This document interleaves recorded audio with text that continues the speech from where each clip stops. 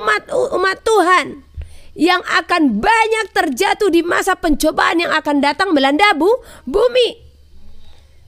Inilah yang akan terseret oleh ekor daripada ular naga, yang akan terjatuh kepada pencobaan-pencobaan yang akan datang melanda bumi. Yang dia tadinya sudah berdiri kokoh, bahkan sudah berbuah, ya. Namun karena sulitnya keadaanlah yang memaksa manusia untuk menerima tanda bilangan tersebut, ya. Di sanalah banyak orang yang akan tumbang atau jatuh atau gugur. Yang berbahagia ialah mereka yang mendengarkan firman Allah dan yang memeliharanya. Saya diberikan penglihatan. Di dalam penglihatan itu banyak pohon-pohon tiba-tiba tumbang. Sementara pohon ini sudah besar dan berbuah. Ya. Saya kaget melihat pohon-pohon itu karena pohon itu sudah bagus berdiri. Nah, ini berbicara siapa? Berbicara umat Tuhan yang akan banyak terjatuh di masa pencobaan yang akan datang melanda bumi. Inilah yang akan terseret oleh ekor daripada ular naga, yang akan terjatuh kepada pencobaan-pencobaan yang akan datang melanda bumi. Yang dia tadinya sudah berdiri kokoh, bahkan sudah berbuah, ya. Namun karena sulitnya keadaanlah yang memaksa manusia untuk menerima tanda bilangan tersebut, ya. Di sanalah banyak orang yang akan tumbang atau jatuh atau gugur. Jadi pohon-pohon besar itu tadi itu berbicara kita yang sudah dikenyangkan, kita yang sudah bertumbuh, kita yang sudah berakar di dalam firman Tuhan, namun masih bisa digoyahkan. Oleh karena apa? Kehidupan, ya. Beritahukanlah, sudah saatnya masa kesusahan memenuhi bumi. Kekuasaan di bumi akan dipimpin oleh orang-orang yang menganggap diri mereka menguasai bumi ini di dalam keserakahan dan kepicikan mereka, yang menganggap mereka mampu untuk memelihara bumi ini dengan segala kekuatan di dalam diri mereka, yang adalah Tuhan atas orang-orang yang berdiri di atas kuasa mereka. Kenapa Bapak Yahweh mengatakan kalau mereka adalah Tuhan atas orang-orang yang berdiri atas kuasa mereka? Tuhan itu adalah yang berkuasa, artinya yang berkuasa. Jadi banyak orang menjadikan oknum atau manusianya menjadi Tuhan atas mereka, yang mengatur hidup mereka dengan ketertundukan mereka, ya. Jagalah hatimu. Janganlah biarkan hatimu dipenuhi oleh segala keinginan di bumi ini. Namun kuduskanlah hatimu. Jangan biarkan kesukaran memenuhi hatimu. Jangan biarkan kesusahan menimpa hidupmu. Kita diingatkan kembali tentang masa kesukaran di akhir zaman. Kesukaran yang terlebih besar itu apa? Kesukaran daripada manusia untuk benar-benar hidup di dalam Tuhan, ya. Manusia akan cinta kepada dirinya sendiri. Itulah masa kesukaran yang sesungguhnya dan sebagainya, ya. Jauhilah keinginan akan bumi ini yang sudah akan binasa di dalam segala keinginannya. Jadi pesan khusus yang Tuhan sampaikan di sini dari beberapa kalimat tadi, supaya ini zamannya kita benar-benar mematikan keinginan daging kita akan dunia ini. Sebab apa? Anak-anak terang akan mengetahui bila mana tuannya, bila mana Tuhannya akan datang. Dengan melihat segala musim, dengan melihat segala tanda. Makanya kalau kita masih memiliki hasrat akan kepemilikan yang ada di dalam bumi ini, percaya, itu semualah yang akan mengikat saudara, menjadikan saudara jadinya nanti menerima tanda bilangan tersebut, ya. Akan tetapi perbuatlah segala apa yang berkenan di hadapanku, sebab masa kesesakan akan memenuhi bumi ini. Masa kesesakan. Terlebih kesesakan kepada siapa? kesesakan kepada orang-orang yang berpegang teguh akan kebenaran firman Tuhan, karena ini masanya anak-anak Tuhan, orang-orang kudusnya Tuhan akan teraniaya sesuai dengan apa yang telah tertulis ya. Ini masanya perjuangan berat-beratan, perjuangan besar-besaran bagi orang yang imannya teguh di dalam kebenaran akan firman Tuhan. Karena kita akan diperhadapkan dengan siapa? Penguasa-penguasa yang berdiri di dalam bumi ini. Coba saudara berpikir, kalau kita menentang penguasa di bumi ini hanya untuk kebenaran, bagaimana nasib kita? Sudah kita ketahui. Namun sebagai anak-anak Tuhan harus siap martir, ya, harus siap untuk kebenaran. Jangan biarkan keinginan hati, kekhawatiran diam di dalam hidupmu. Oleh karena semuanya itulah yang menjerat engkau, terjerat di dalam peraturan di bumi ini yang akan menjalankan segala tujuan dan rancangan yang telah disepakati oleh orang-orang yang memberontak akan aku. Yang memberontak akan Tuhan ya. Jadi dengan adanya keinginan kita ya akan segala sesuatu di dunia ini, baik mencari nama, mencari harta, kedudukan segala macam ya, dan juga dengan kekhawatiran, maka inilah yang akan menjerat. Akhirnya tunduk. Tunduk kepada tanda bilangan. Sudah di depan mata enggak? Sudah. Ya. Dalam peraturan itulah akan diberlakukan sebuah tanda yang dimana akan ditetapkan di seluruh bumi ini. Setiap umat manusia akan diberi tanda, baik kecil atau besar, tua dan muda, akan diberi tanda bilangan tersebut sesuai dengan yang tertulis ya.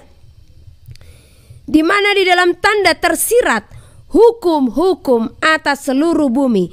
Tidak ada yang bisa membeli dan menjual tanpa tanda itu.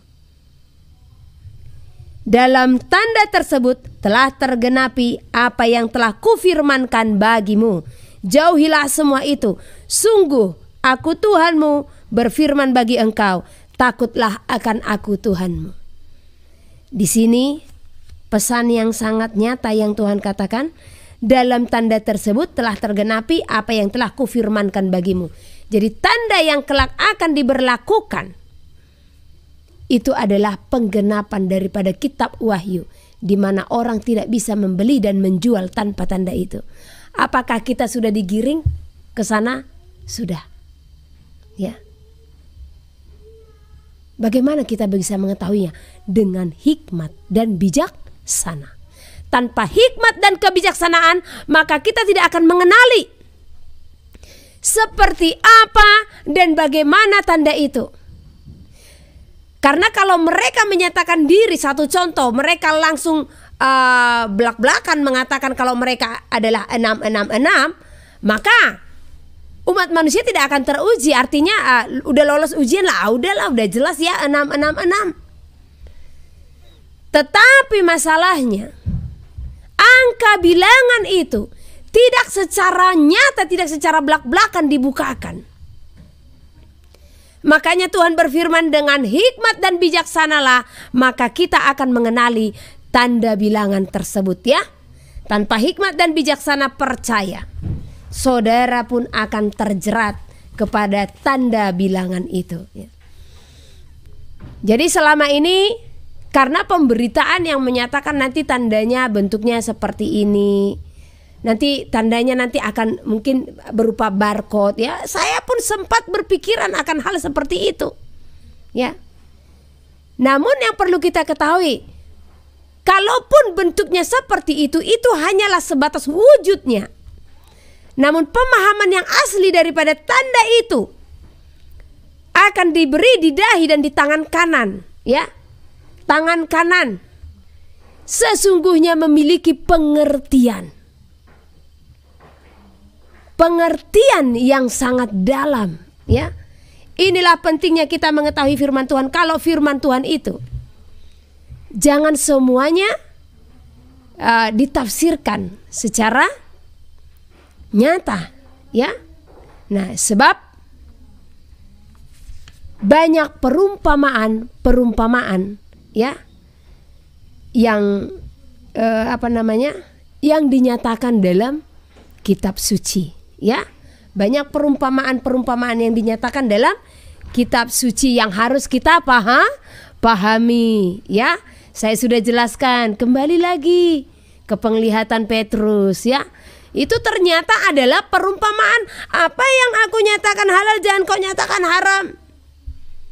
Tetapi banyak orang mengartikan ini secara langsung sehingga salah, tidak sesuai lagi dengan kemurnian akan firman Tuhan. Nah, demikian juga seperti yang tertulis dalam Wahyu pasal yang ke-13 ayat yang ke-16 17. Nanti kita akan baca dari ayat 11-nya, tapi saya baca dulu dari ayat 16-nya, ya. Dan ia menyebabkan sehingga kepada semua orang, kecil atau besar, kaya atau miskin, merdeka atau hamba, diberi tanda pada tangan kanannya atau pada dahinya. Diberi tanda pada tangan kanannya atau pada dahinya. Nah, ini masih kontroversi sampai detik ini. Banyak orang yang menyampaikan pendapat kalau suntikan-suntikan yang telah terjadi beberapa waktu lalu, nah sudah itu tanda itu. Dan mereka katakan orang-orang yang sudah menerima cairan tersebut, ya, mereka katakan sudah tidak layak lagi. Mereka juga katakan kalau mereka itu sudah ada tanda bilangan dalam tubuhnya, ya. Nah, apakah itu benar?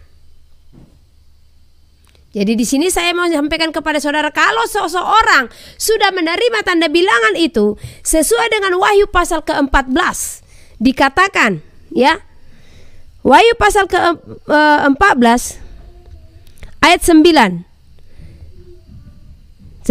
lah, ya. Jikalau seorang menyembah binatang dan patungnya itu dan menerima tanda pada dahinya atau pada tangannya, maka ia akan minum dari anggur murka Elohim yang disediakan tanpa campuran dalam cawan murkanya, dan ia akan disiksa dengan api.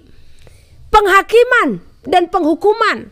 Sementara banyak lagi yang mengatakan kalau mereka sudah sempat menerima, mereka sudah ada tanda bilangan, tapi ada kesempatan. Sementara jelas di sini kita tahu, jelas di sini tercatat kalau memang itu sudah tanda bilangan itu, maka tidak akan ada ampun lagi. Mereka akan menerima cawan murka, ya.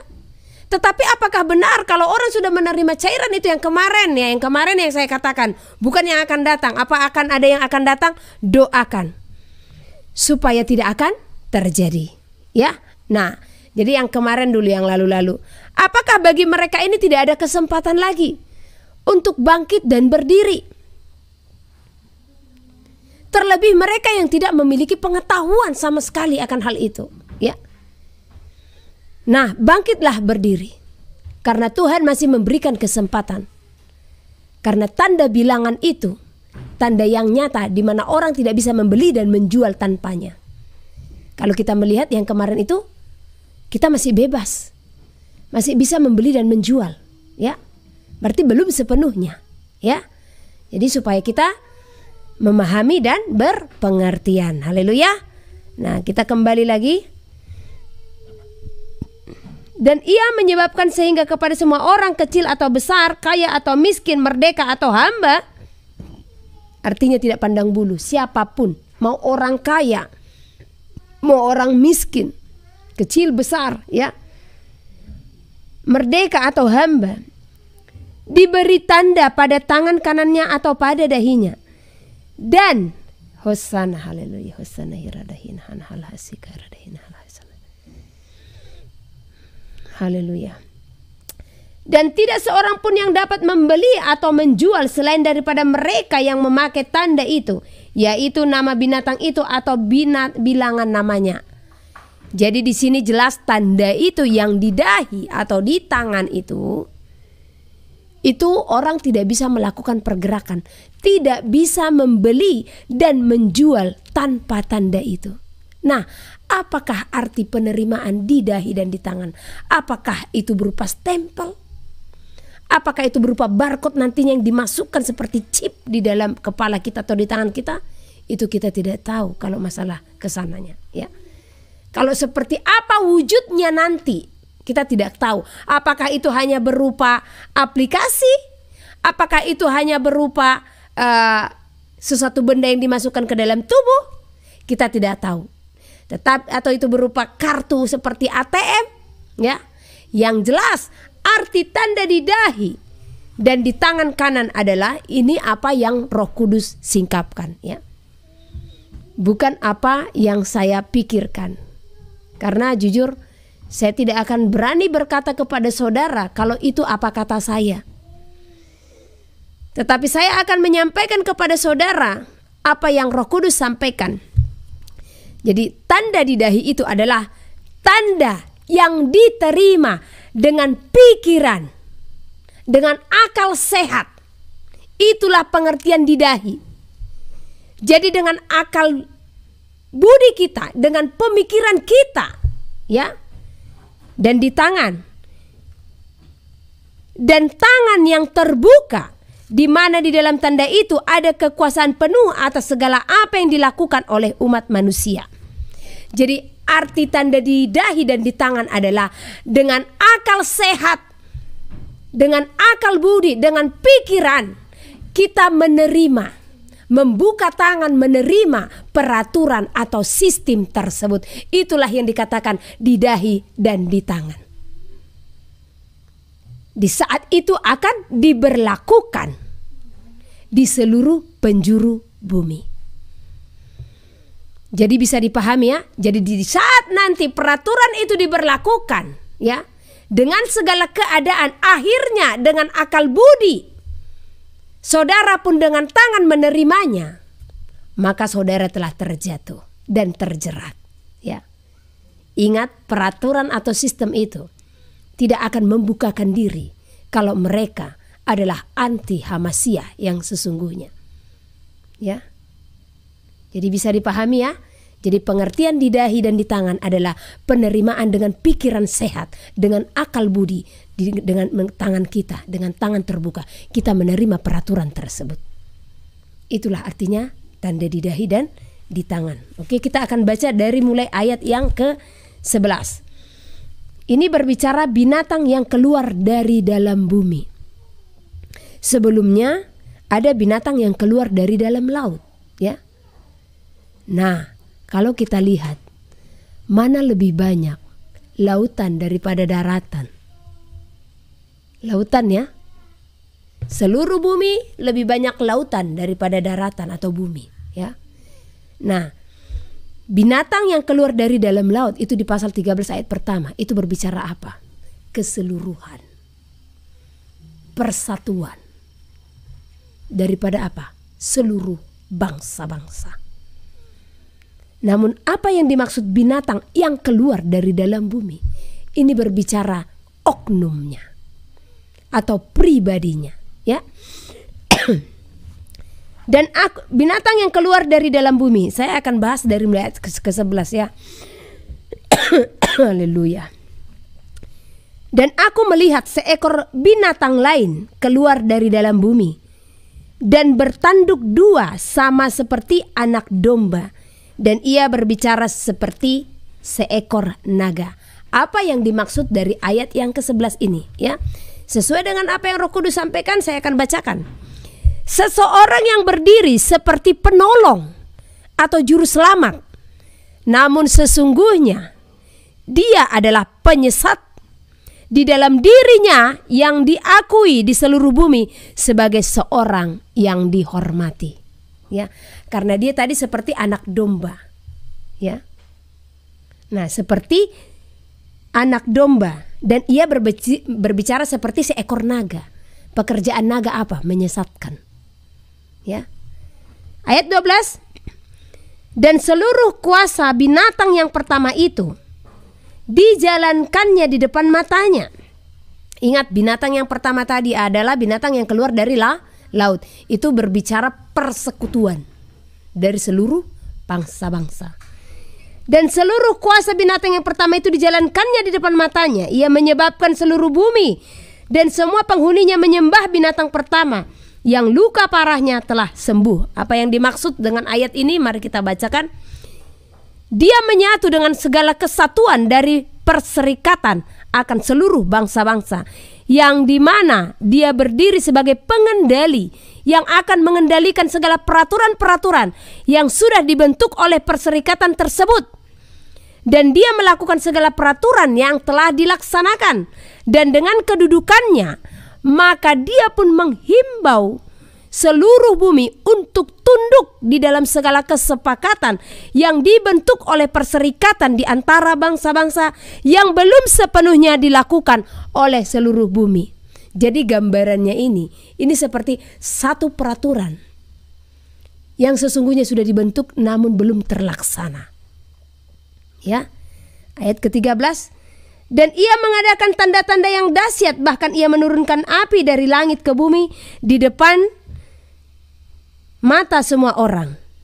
Apa yang dimaksud dengan ayat 13? Dia mengatakan berbagai-bagai keajaiban yang mencengangkan bumi ini. Ingat, ini ada oknumnya, ya. Di mana dia berdiri sebagai seorang yang mampu membicarakan perdamaian dan juga mampu membicarakan segala kesepakatan di bumi ini, dan semua mata melihat segala keputusannya yang seolah-olah membuat bumi ini menjadi damai dan tenteram, aman. Namun sesungguhnya kesepakatan palsu yang dilakukan untuk kepentingan politik dunia ini. Ayat ke-14, ia menyesatkan mereka yang diam di bumi dengan tanda-tanda yang telah diberikan kepadanya untuk dilakukan di depan mata binatang itu. Dan ia menyuruh mereka yang diam di bumi supaya mereka mendirikan patung untuk menghormati binatang yang luka oleh pedang, namun yang tetap hidup itu. Apa yang dimaksud dengan ayat ini? Dia akan menyesatkan manusia melalui tanda-tanda itu sehingga umat manusia pun percaya kepadanya dan tunduk akan segala apa yang sudah dirancangkan olehnya. Dan dia membuat umat manusia pun tunduk akan segala peraturan-peraturan yang telah dibuat atau disepakati oleh bangsa-bangsa sebelumnya, yang telah mereka rancangkan namun belum terlaksana sepenuhnya oleh ketidaksatuan di antara bangsa-bangsa dalam mengambil keputusan. Ini yang saya bacakan apa yang Roh Kudus berikan hikmat, ya. Bukan tulisan saya sendiri. Namun Roh Kudus itu sendiri yang menyampaikan, ya. Saya hanya mencatat apa yang Tuhan sampaikan. Ayat ke-15. Dan lanjut lagi. Dan dialah yang mengadakan persatuan sehingga bangsa-bangsa bersepakat untuk menyatukan sistem atau peraturan di dalam bumi ini dalam berbagai aspek kehidupan seperti perekonomian, pemerintahan, teknologi, kesehatan, dan keamanan serta kebutuhan manusia. Inilah nanti yang akan mereka kontrol. Inilah yang akan mereka kuasai, yaitu perekonomian, pemerintahan, teknologi, kesehatan, keamanan, dan kebutuhan manusia atau pasar dunia, ya. Dan ayat ke-15, dan kepadanya diberikan kuasa untuk memberikan nyawa kepada patung binatang itu, sehingga patung binatang itu berbicara juga dan bertindak begitu rupa, sehingga semua orang yang tidak menyembah patung binatang itu dibunuh. Apa arti dibunuh di sini? Saya akan bacakan pemahaman dari ayat ke-15. Dan dialah yang akan menentukan atau menetapkan melalui perserikatan tersebut supaya setiap orang kecil besar muda tua harus tunduk kepada peraturan tersebut, sehingga semua sistem itu akan diberlakukan di seluruh bumi ini sebagai satu peraturan yang diharuskan untuk ditaati. Sebab barang siapa yang tidak tunduk akan peraturan tersebut, maka ia akan dibunuh atau tidak diizinkan untuk melakukan segala hal di dalam aspek-aspek yang telah ditetapkan tersebut, seperti tidak akan bisa membeli dan menjual tanpa tanda atau peraturan yang telah ditetapkan itu. Sistem itu akan mengatur semua kehidupan manusia. Inilah yang dikatakan patung binatang itu akan bernyawa dan berbicara. Sementara kita tahu, ya, kalau patung kan tidak bernyawa. Patung tidak bisa berbicara. Namun peraturan itu, jadi patung itu adalah sistem atau peraturan itu sendiri. Peraturan itulah yang akan mengatur pola hidup manusia. Patung sesuatu yang tidak bisa bergerak namun dikatakan bernyawa dan berbicara. Jadi patung binatang itu adalah sistem atau peraturan yang mengatur pola hidup manusia atau kehidupan manusia. Sehingga manusia yang tidak menerima tanda itu akan dibunuh atau tidak bisa melakukan pergerakan di dalam segala aspek kehidupan. Sebab telah diatur sepenuhnya oleh pemerintahan. Manusia tidak bisa membeli dan menjual tanpa tanda itu. Ya. Jadi sudah cukup jelas ya. Sudah cukup nyata kita mendengar apa yang Tuhan sampaikan tentang kebenaran firman Tuhan, ya, tentang tanda bilangan tersebut. Seperti apakah nantinya? Jadi tinggal kita lihat di depan. Kita sudah tahu sistem perekonomian yang sudah ditetapkan, ya. Kalau itu sudah ada kesepakatan persatuan di dalam digital, ya. Dan dunia sudah menyepakatinya. Oleh karena itu, disinilah kita harus melihat di dalam kesepakatan itu apa yang ada di dalamnya. Jadi kalau saya tidak menakut-nakuti saudara, ya, karena sesungguhnya nubuatan tidak menakut-nakuti. Saya akan ingatkan kembali, ya, bagaimana Nabi Yesaya, bagaimana para nabi-nabi terdahulu, mereka bahkan mengatakan goncangan-goncangan besar yang akan terjadi di seluruh penjuru bumi. Bahkan di hari-hari terakhir ini nubuatan-nubuatan itu tergenapi dan masih akan banyak yang digenapi. Apakah para nabi akan menakut-nakuti umat manusia? Tidak. Tetapi mereka mengingatkan umat manusia untuk mengenal atau mengerti kuasa daripada Tuhan, supaya manusia takut akan Tuhan, supaya manusia melakukan apa yang menjadi kehendak Tuhan. Saya di sini berbicara bukan sebagai pendeta, bukan sebagai gembala karena saya seorang perempuan, ya. Tetapi saya di sini berbicara sebagai seorang hamba yang hidup bersaksi untuk kemuliaan nama Tuhan, ya. Supaya jangan ada orang yang mengambil celah dari segala apa yang kita kerjakan. Nah, karena saya tahu banyak orang-orang yang mencekal pelayanan ini hanya karena saya seorang perempuan. Saya juga mengerti kekudusan karena Tuhan pun mengajarkan saya. Kalau seorang perempuan itu tidak bisa menjadi penilik jemaat, karena pimpinan penjemaatan haruslah seorang imam, dan saya benar-benar paham.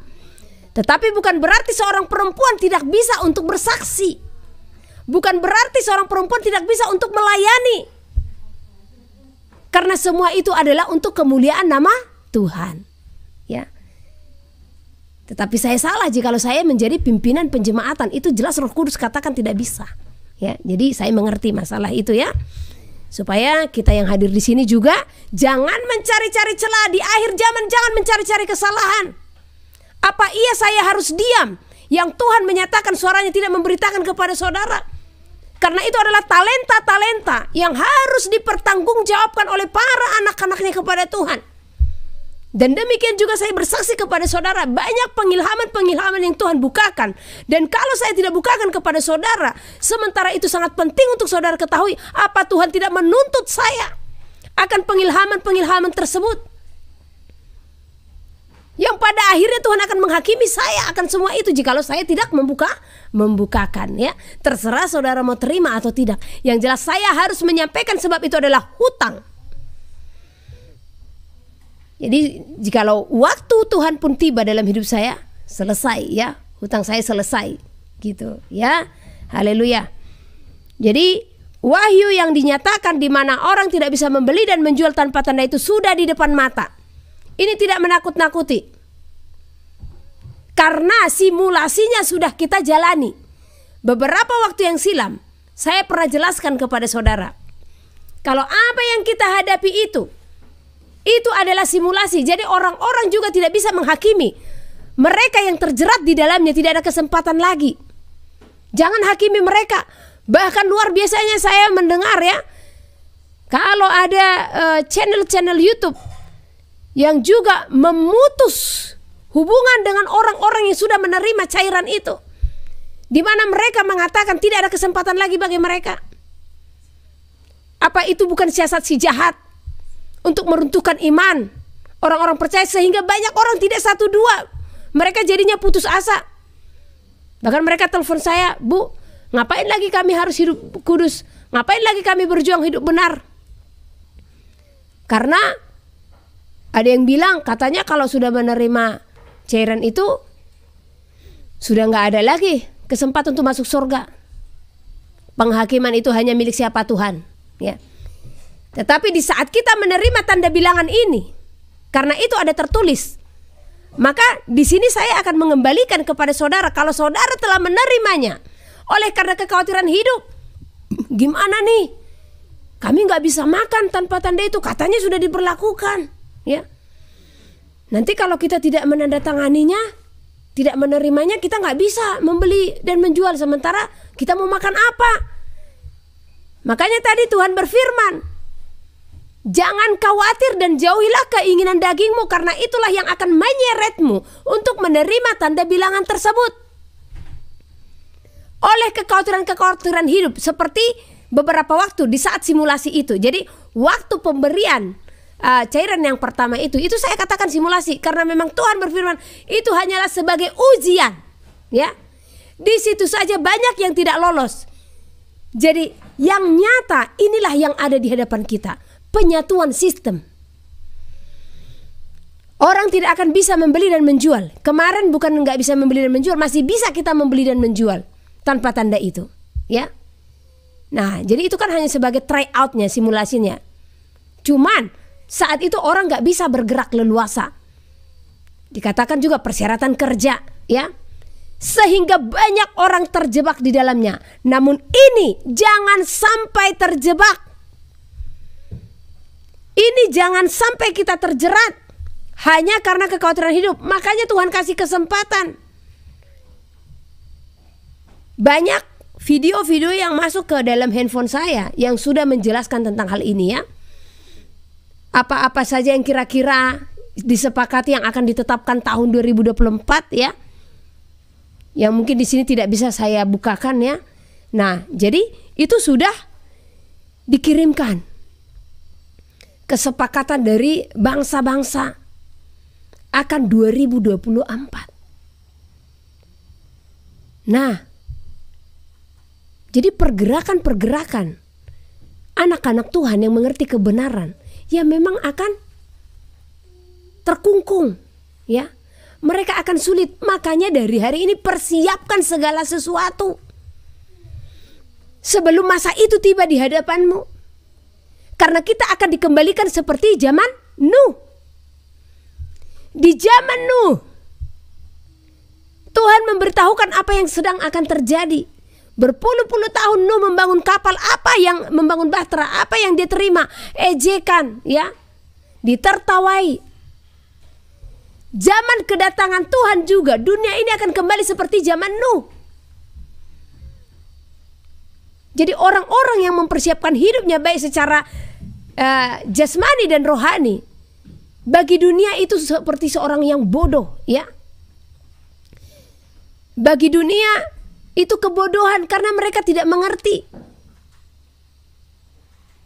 Namun saya akan tetap sampaikan kepada saudara, bersiap dan lakukanlah persiapanmu menjelang masa itu. Di saat kesusahan itu tiba, di saat engkau tidak bisa membeli dan menjual tanpa tanda itu, bagaimana engkau bisa bertahan untuk hidup menjelang hari kedatangan Tuhan, ya? Bagaimana engkau bisa bertahan hidup tanpa membeli dan menjual sebelum waktu Tuhan tiba dalam hidupmu? Jadi bijaksanalah. Jangan tertawakan orang-orang yang benar-benar membangun bahtera saat ini. Karena kalau itu terjadi dan saudara pun terjebak, apa upah yang akan saudara terima? Jadi hati-hati. Miliki pengenalan, miliki hikmat dan bijaksana. Kalau memang itu satu peraturan yang sudah akan ditetapkan, di mana kita tidak bisa membeli dan menjual tanpa itu, maka berhenti. Jangan sampai terjerat dan jatuh olehnya. Waktu Tuhanlah menyampaikannya hari ini. Bahkan beberapa orang saya sudah katakan, Tuhan sudah bukakan ini 2021, tetapi saya belum diizinkan untuk menyampaikannya. Apa arti di dahi dan di tangan itu? Yaitu dengan pikiran dan akal sehat kita menerima tanda itu. Ya sudahlah, karena apa keadaan, nanti nggak makan, nanti gimana mau beli beras. Makanya persiapkan dari hari ini. Bagaimana saudara bisa bertahan hidup tanpa itu semua? Sudah di depan mata kah? Sudah di depan mata. Jangan lengah. Ya. Lakukanlah apa yang Tuhan perintahkan bagimu. Tetapi yang lebih terpenting, supaya masuk ke dalam gunung kudusnya Tuhan. Ya. Miliki buah-buah roh dalam hidup saudara dan saya. Miliki pengendalian diri. Dari sekarang miliki iman martir. Kalau saudara tidak siap martir di dalam Tuhan, belum murid namanya. Karena semua murid, mereka siap untuk martir demi kebenaran. Ya. Mereka siap untuk teraniaya demi kebenaran. Jadi kalau iman saudara bukan iman martir, saya berani katakan saudara belum sepenuhnya menjadi murid Hamasiah. Karena jikalau iman kita bukan iman martir dan kita diperhadapkan dengan masa itu, di mana kita akan dipaksakan akan segala sesuatu, maka kita pun akan terjatuh. Ya. Jadi jangan berlomba-lomba untuk mencari kekayaan dunia lagi. No, tidak waktunya lagi. Jangan berlomba-lomba untuk menimbun-nimbun harta dunia. Lihat di luar sana, ya. Saya rasa bukan hanya saya saja yang membuka video-video ya, yang membaca juga.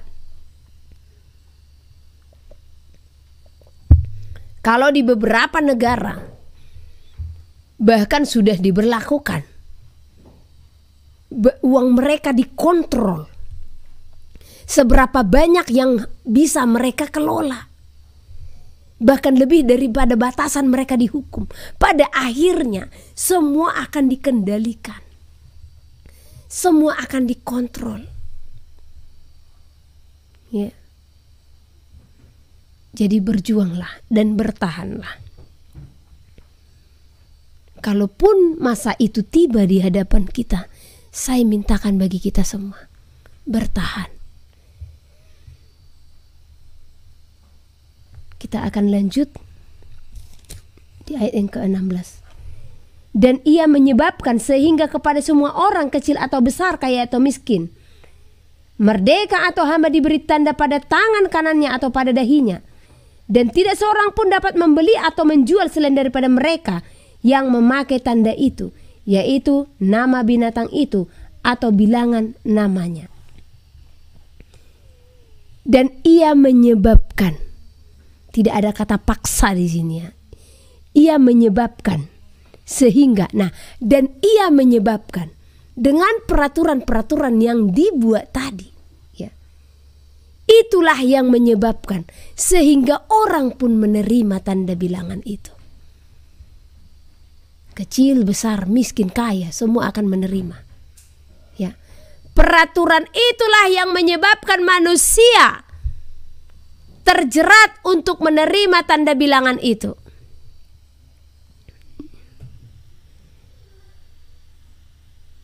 Jadi tidak ada kata paksa di sini sebenarnya, ya. Karena orang yang tidak menyembah patung tadi itu dibunuh. Jadi tidak dipaksa di sini, tapi dibunuh. Dibunuh dalam artian, ya, ditutup semua akses. Tidak diizinkan melakukan apapun, ya.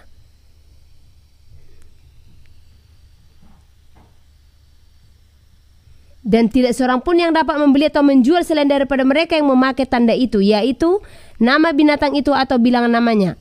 Yang penting di sini ialah hikmat. Barang siapa yang bijaksana, baiklah ia menghitung bilangan binatang itu. Karena bilangan itu adalah bilangan seorang manusia. Dan bilangannya ialah 666. Jadi penghitungan daripada bilangan ini sebenarnya ada juga yang dibagikan oleh para hamba Tuhan ya. Dan ini memang nggak bisa saya bukakan secara gamblang di sini ya, karena banyak hal yang harus kita masih harus keep ya. Nah, tapi ada kalanya nanti di saat semua sudah memadai, kita akan adakan Zoom. Nah, ini belum jadi Bu Zoomnya. Gimana mau jadi, belum bisa ya. Nah, setelah nanti ada satu tempat yang masih topik doa yang akan kita bangun. Di sana nanti kita akan mengadakan Zoom, live streaming ya, supaya bisa leluasa ya. Mohon doanya supaya itu segera Tuhan kerjakan ya. Jadi kita sudah cukup mengerti tentang tanda bilangan. Tadi pun saya berdoa sama Tuhan, Tuhan, masa iya sih kok saya lahir di saat masa ini sudah genting banget gitu ya. Tapi ya terpujilah Tuhan ya. Jadi bukan hanya cerita lagi yang saya akan ingat waktu dari kecil ya. Karena di saat kecil pun pemberitaan ini sudah pernah kita dengar ya.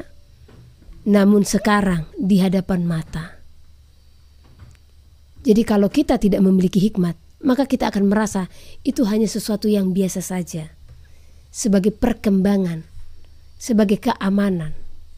Namun ingat tadi apa yang Tuhan katakan, kalau itu dinyatakan sebagai perdamaian palsu, yang sesungguhnya tujuannya apa? Untuk membinasakan umat manusia. Ya. Pembinasaan juga akan dinyatakan. Jadi oknum yang diceritakan di dalam Wahyu pasal ke-13 ini, dialah oknumnya. Ya. Dialah dalang dari segala peraturan-peraturan tersebut, karena dia dikenal sebagai orang yang dihormati, ya. Bahkan pimpinan-pimpinan dunia pun tunduk, karena dia berdiri seolah-olah sebagai penasehat, ya. Jadi siapakah dia? Berdoalah kepada Tuhan, maka Tuhan akan membukakan. Semuanya akan terjadi. Jadi baiklah kita semua dari sekarang untuk berpengertian. Ingat, jangan mengejar dunia lagi. Ini sudah di depan mata. Keadaanmu lah yang akan memaksamu untuk menerima tanda bilangan itu. Bahkan mereka tidak memaksa, tetapi dengan peraturan itulah mereka memaksa manusia untuk menerimanya. Karena manusia tidak akan bisa bergerak kalau tidak menerima tanda bilangan tersebut. Amsal pasal 3. Berkat dari hikmat.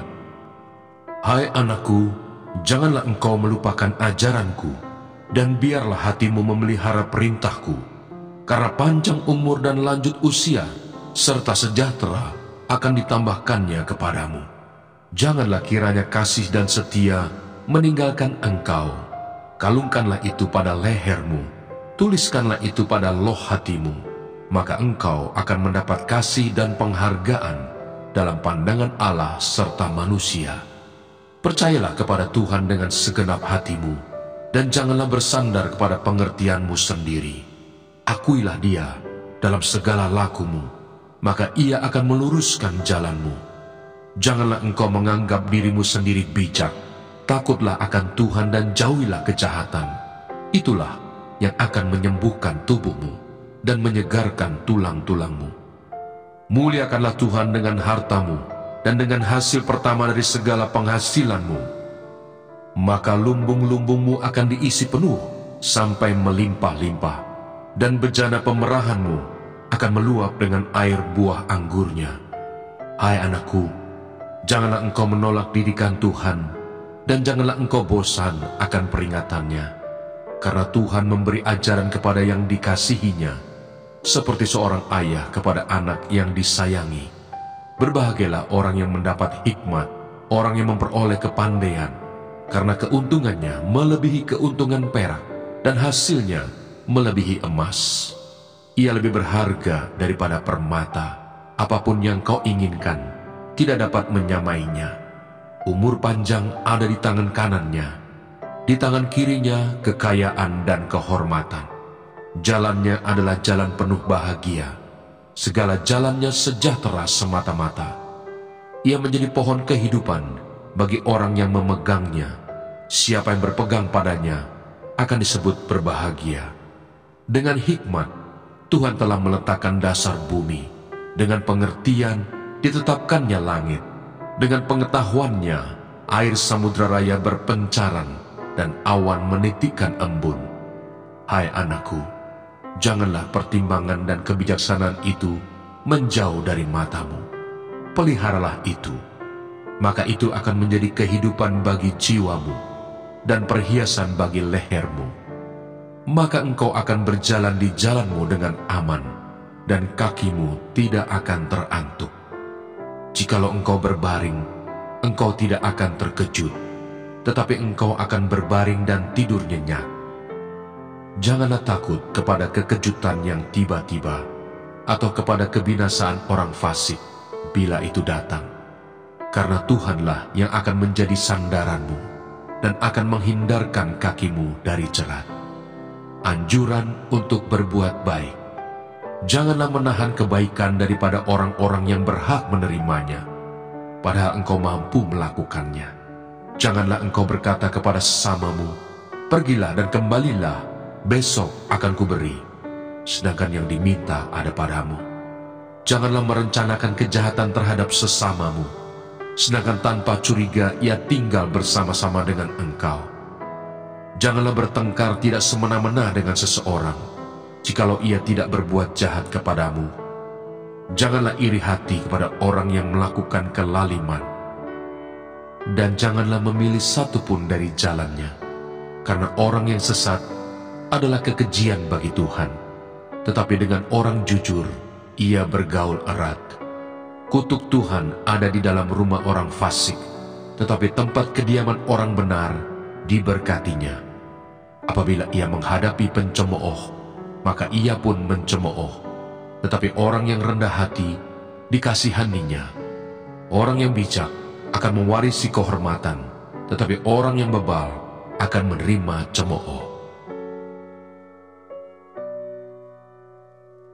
Amsal pasal 4. Nasihat untuk mencari hikmat. Dengarkanlah hai anak-anak didikan seorang ayah, dan perhatikanlah supaya engkau beroleh pengertian, karena aku memberikan ilmu yang baik kepadamu. Janganlah meninggalkan petunjukku, karena ketika aku masih tinggal di rumah ayahku sebagai anak, lemah, dan sebagai anak tunggal bagi ibuku, aku diajari ayahku. Katanya kepadaku, biarlah hatimu memegang perkataanku, berpeganglah pada petunjuk-petunjukku, maka engkau akan hidup. Perolehlah hikmat, perolehlah pengertian. Jangan lupa dan jangan menyimpang dari perkataan mulutku. Janganlah meninggalkan hikmat itu, maka engkau akan dipeliharanya.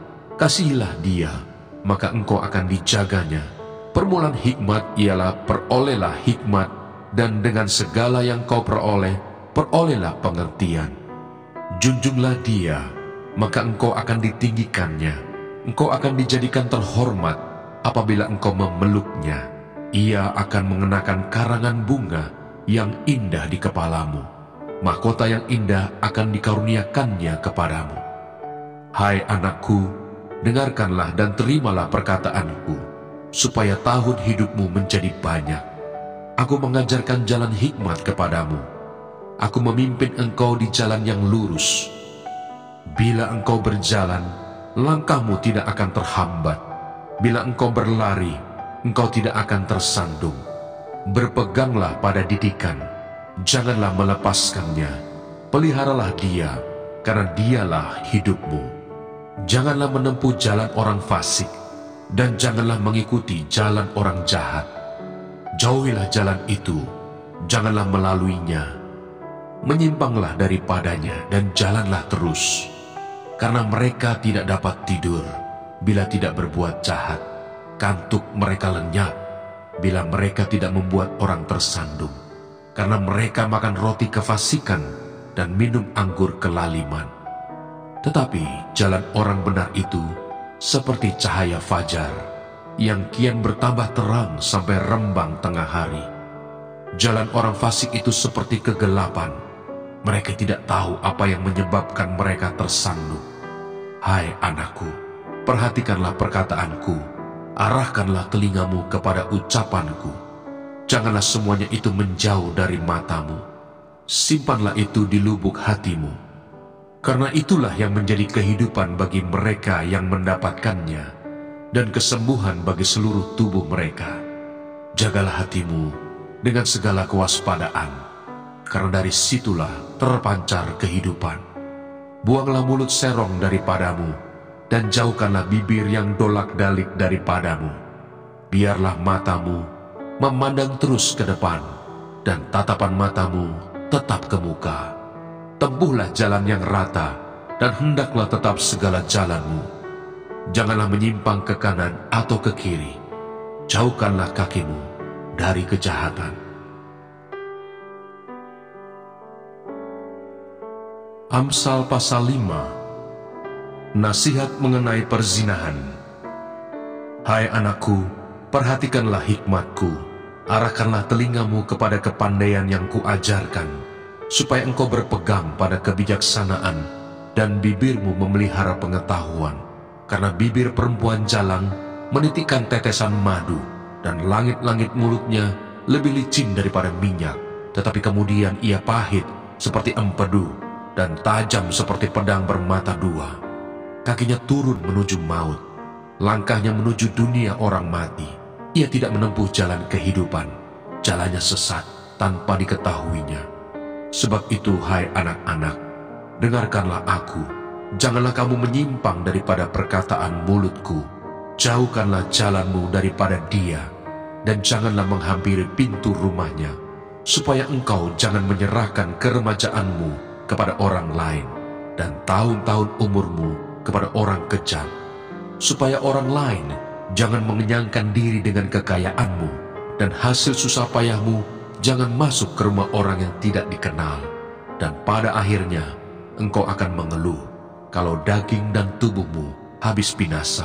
Lalu engkau akan berkata, ah, mengapa aku benci kepada didikan, dan hatiku menolak teguran?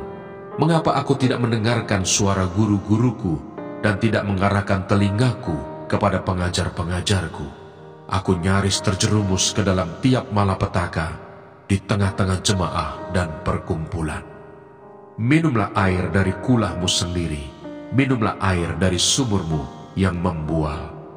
Patutkah mata airmu meluap keluar seperti batang-batang air ke lapangan-lapangan?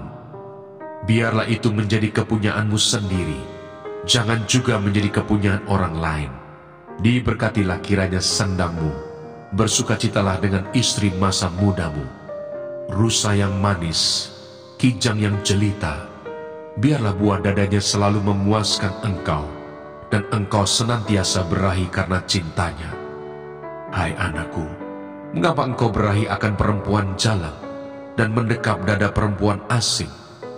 Karena segala jalan orang terbuka di depan mata Tuhan, dan segala langkah orang diawasinya. Orang fasik tertangkap dalam kejahatannya, dan terjerat dalam tali dosanya sendiri. Ia mati karena tidak menerima didikan, dan karena kebodohannya yang besar, ia tersesat. Amsal pasal 6. Berbagai-bagai nasihat. Hai anakku, jikalau engkau menjadi penanggung sesamamu, dan membuat persetujuan dengan orang lain, jikalau engkau terjerat dalam perkataan mulutmu, tertangkap dalam perkataan mulutmu, buatlah begini, hai anakku, dan lepaskanlah dirimu, karena engkau telah jatuh ke dalam genggaman sesamamu. Pergilah, berlututlah dan desaklah sesamamu itu. Janganlah membiarkan matamu tidur dan kelopak matamu mengantuk. Lepaskanlah dirimu seperti kijang daripada tangkapan, seperti burung daripada tangan pemikat. Hai pemalas, pergilah kepada semut, perhatikanlah lakunya dan jadilah bijak. Yang berbahagia ialah mereka yang mendengarkan firman Allah dan yang memeliharanya.